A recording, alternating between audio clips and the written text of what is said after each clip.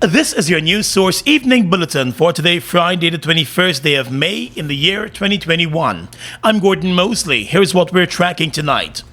Although the country's COVID-19 cases have been surging in the past 2 months, Vice President Bara Jagdeo today said the government is not considering any lockdown at this time. Guyana currently has recorded more than 2,000 new cases of the virus in the past 2 weeks alone, and the death toll has been rising steadily. During a press conference this afternoon, the Vice President dismissed the idea of a lockdown and used Trinidad and Tobago as an example where a lockdown did not stem the spread of the virus. We also, as I pointed out, had to have this nuanced approach. Unlike some countries that are totally shut down, look at Trinidad and Tobago, look at the numbers there. And that country has been almost in a perpetual state of lockdown for the past year. And it did not help really. They now have numbers 20-something dying in a single day, etc. Vice President Jagdeo said the government must keep economic activity going and keep people working. He said it is important right now for citizens to get vaccinated and keep following the COVID-19 guidelines. So we have to keep people working to at least economic activities going, and at the same time try to urge our people, all of our people, every single one of them, to try to come in, take the vaccine, be responsible. If we all vaccinated, then we can open up our country. We don't have to wear masks in the future. And asked whether there will be another round of COVID-19 cash relief for citizens, the Vice President said that may not be possible, since the first round posed some logistical and other challenges. I'm not aware that there is any such consideration. We are definitely looking at how to assist people. The big issue is administration. You know, it took us a long time to go to each home to get the money, the grant given to people. And we had a lot of difficulties too. And I have no doubt that in the country, because there was every family in Guyana we had to go to, that in some cases people may not have gotten the money and they did not get a chance to fill up the pink form because some of them might not have been home. Vice President Jagdeo said the government is looking to provide additional help to the more vulnerable groups, but not to every citizen. The Ministry of Health has announced that its vaccination sites will be opened into the early evening hours in the coming days. And this Saturday at the National Stadium Providence, the Ministry of Health will host a vaccination drive-through, where persons can drive through and get vaccinated. More news coming up in just a moment.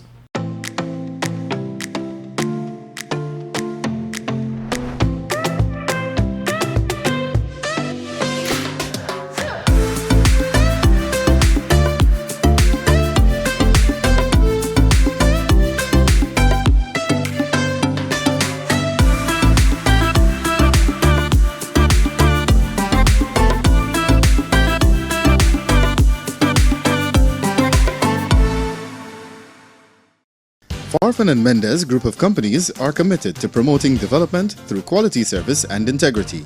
We offer our customers genuine products, reliability, and excellence in service. Our corporate head office at Providence affords you the added convenience of a spacious showroom with secured parking. At Farfan and Mendez, we continue to offer our customers a wide range of genuine and affordable German-engineered equipment. We also offer clean, green, alternative energy solutions with our industry-leading brands of solar equipment. So, visit our new showroom at Providence and enjoy the service of our efficient and courteous staff. Farfan and Mendez, offering you solutions you can depend on.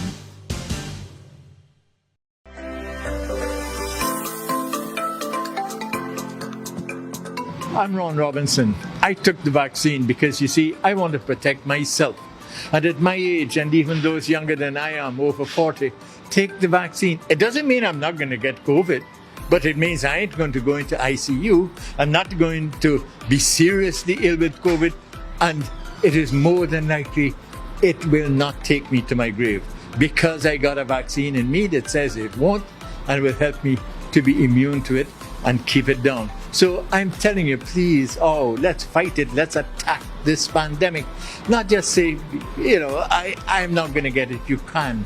So attack it, not just, take precautions. Attack it. Take the vaccine. I'm telling you, it can save you a lot of worry, and your relatives as well, and your friends.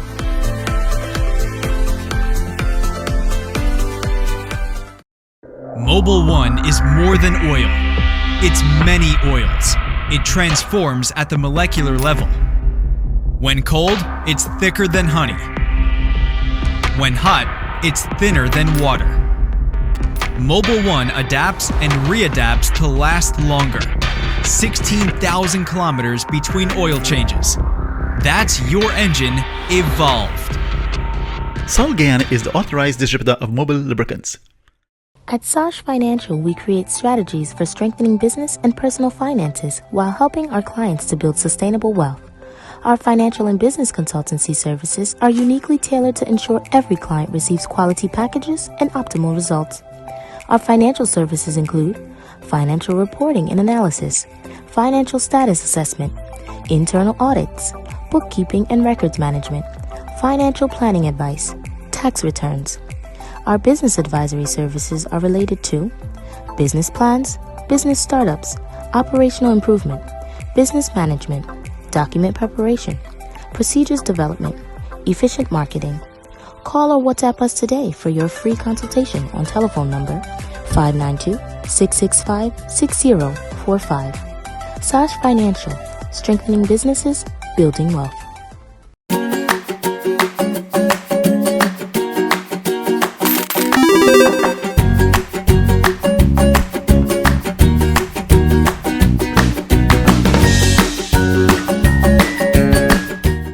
We are legions of men standing strong, but never too proud to stoop and help someone. We must send a clear signal to all. Do right, walk in upright ways, knowing that's what being a man is all about. And ever aware that things will only get worse when good men do nothing. Stand strong. Be the one to live right. Mom, what are you doing with GPL on your list? Child, you forgot I have to pay GPL? You got time with GPL? I have to keep these lights on. The customers who think in that manner and refuse to honor their obligation to GPL are obviously not playing their part in ensuring quality service delivery. So, I will continue to pay my GPL bill on time, every time. I recognize the value of your point, Mom. You were right.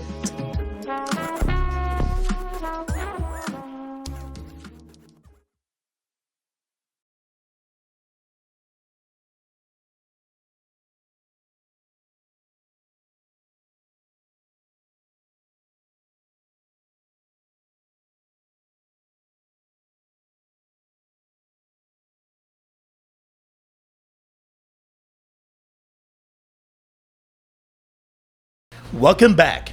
Education Minister Priya Manik Chand announced today that the Education Ministry is working to reopen schools to all grade levels in September. In a statement, Minister Manik Chand today said a decision has been taken to keep schools closed for the remainder of the school year, except for those classes that are allowed face-to-face learning.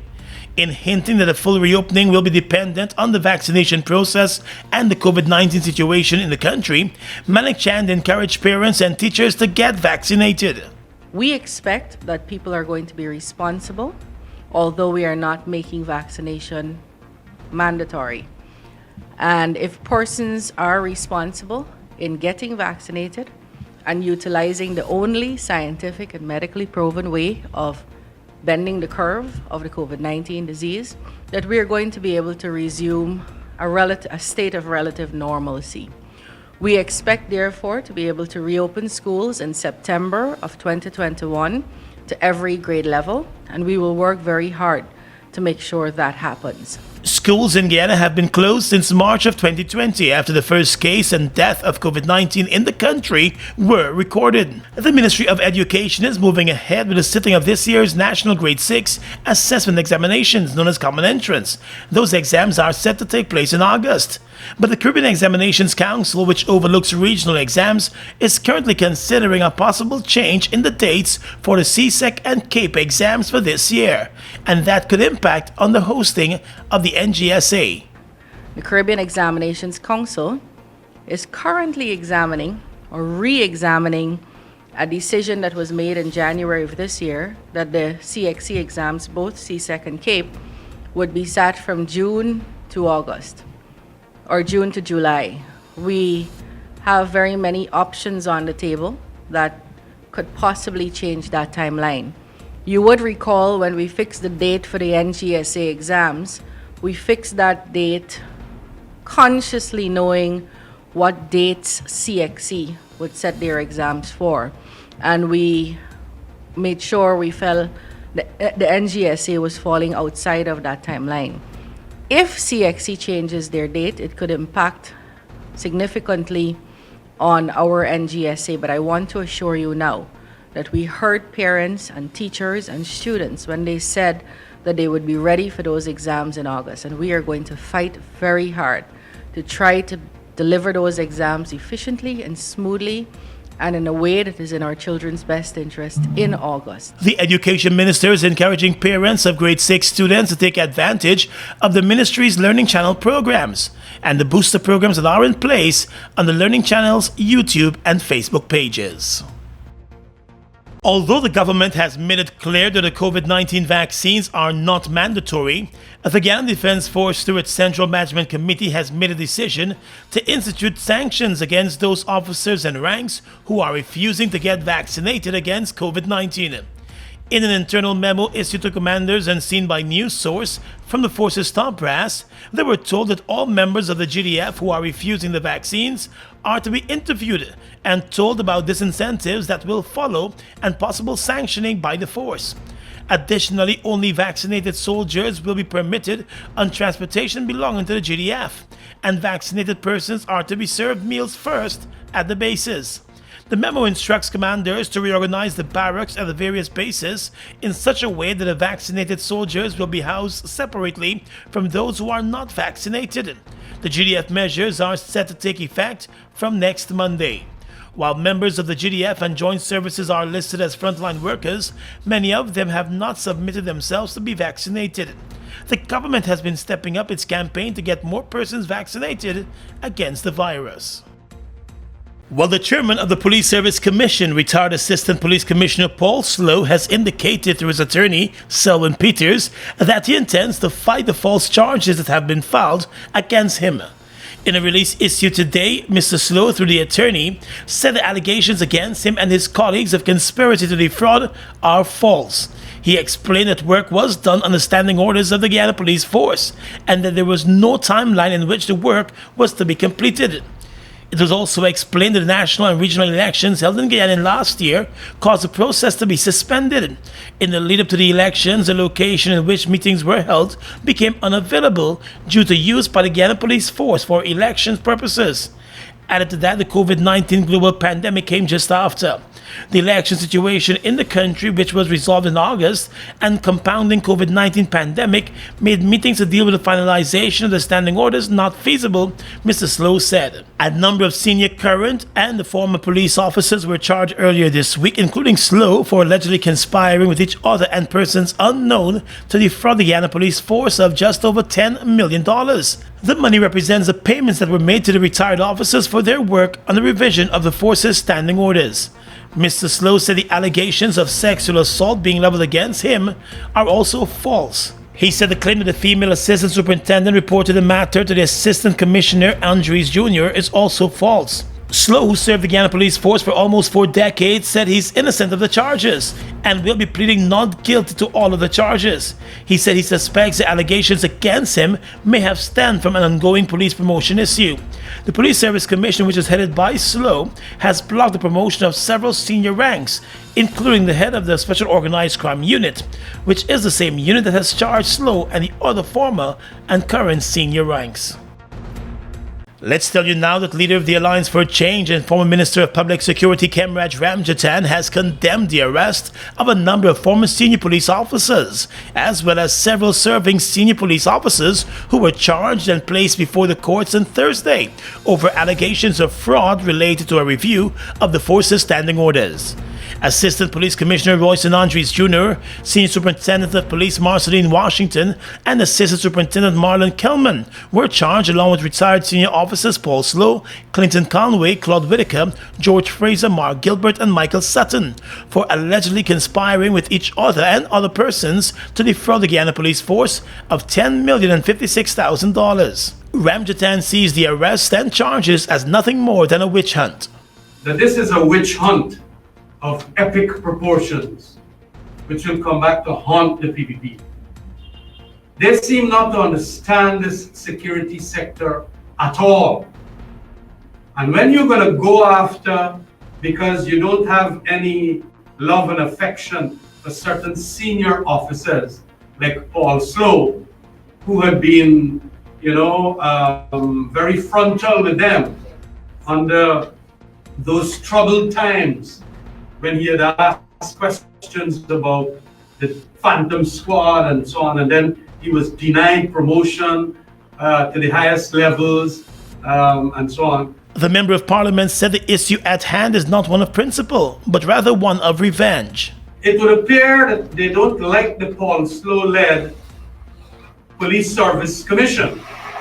And I want members of the public out there to understand that the Police Service Commission was set up under our constitutional entity with an independence of its own to deal with promotions of senior officers, from inspector right up to assistant commissioner, right? And also to deal with disciplinary matters at that higher level. Why we put it that way? Because from our historical experiences, the executive branch made up of the Prime Minister and the President and people like that. Ramjatan also said the former senior police officers were all heroes of their time, who are now being made villains by the Guyana Police Force on their political direction. Now being criminalized. That ain't gonna go down nice in certain quarters. And I want, the arrogance, the rampant arrogance that the PPP is now, dealing with this, with a set of people in Guyana, it is not nice at all. And when you even do the comparisons, all of these are black people. The one that burn down the mangrove there or clear up the mangrove is an East Indian. How do you think people will perceive these activities? And then criminalize them. You want to demonize a certain section of people. You want to create sectarianism in Guyana now?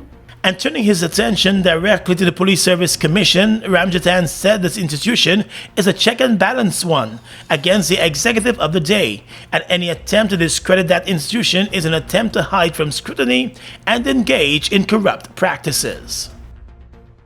2 Brazilian nationals remain in custody this evening and will face drug trafficking charges soon after their small aircraft that was loaded with cocaine made an emergency landing in the village of Oriala in quarantine.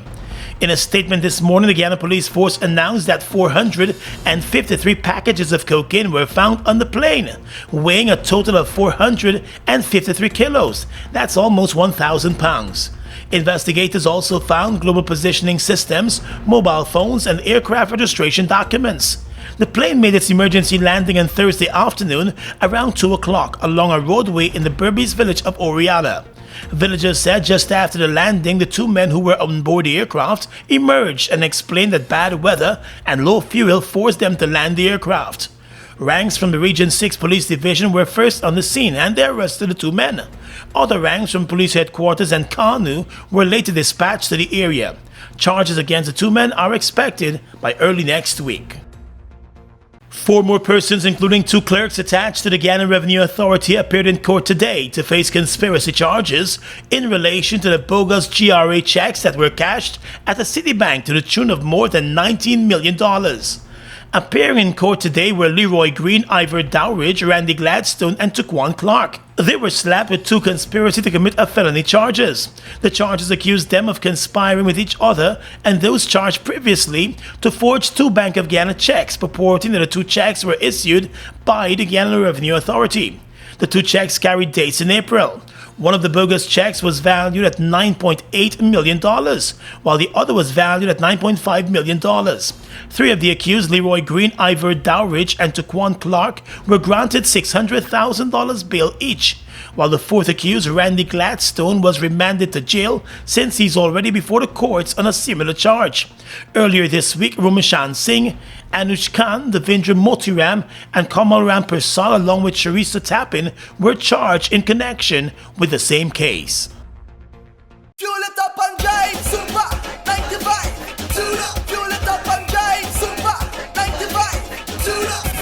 Protect your fuel system, boy.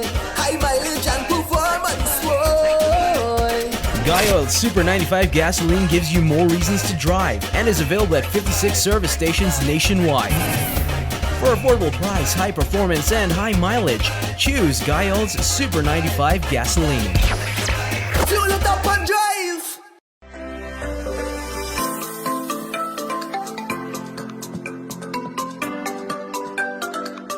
My name is Kian Jabour, and I'm from a new and united Guyana. And I'm very pleased to say I just got my first dose of the Sputnik COVID-19 vaccine. I feel extremely good. The vaccine was no pain at all, and I have to encourage everyone to please come out and get it. The COVID pandemic is getting much, much worse in Guyana. It's all of our responsibility to keep each other safe.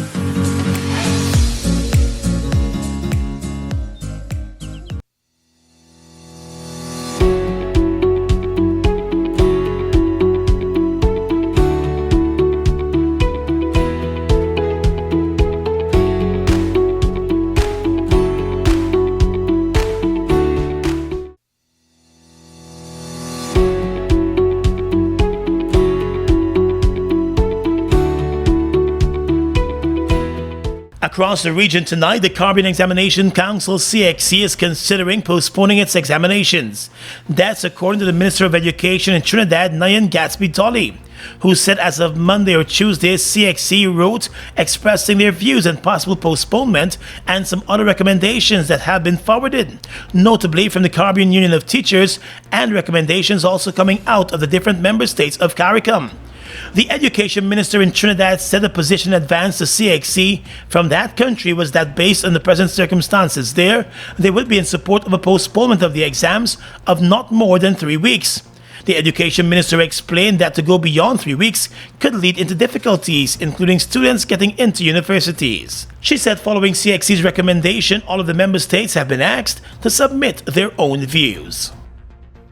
People leaving Cuba can no longer change their local bills back into US dollars, euros, or other hard currencies at the official exchange rate under a new policy announced this week.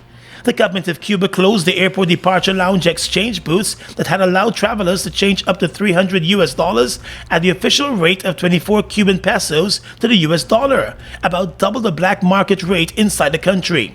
That gives outbound visitors little option but to spend the pesos they'd bought before leaving the country. The state's Cadica Exchange Company said the measure was due to a drastic drop in tourism during the pandemic and the resulting lack of hard currency. The scramble for hard currency in Cuba has accelerated due to a reform that eliminated a convertible peso whose value had been tied to the dollar and which some Cubans could access, as well as the opening of new shops that sell only in dollars or with credit cards backed by hard currency. And finally tonight, international news. This summer's Olympics will go ahead even if Tokyo remains in a state of emergency, says the International Olympic Committee Vice President John Coates. Japan's capital of Tokyo is one of 9 areas under a state of emergency until the end of May at the earliest because of the COVID-19 pandemic. It was brought in because of a rise in cases, which has since started to fall. Recent polls in Japan have shown nearly 70% of the population do not want the Olympics, which starts on the 23rd of July, to go ahead. Japan has long insisted that there was no question the Games, which should have taken place last summer, would be held and will be safe. And that's your News Source Evening Bulletin for tonight. I'm Gordon Mosley reporting and encouraging you to have a safe weekend.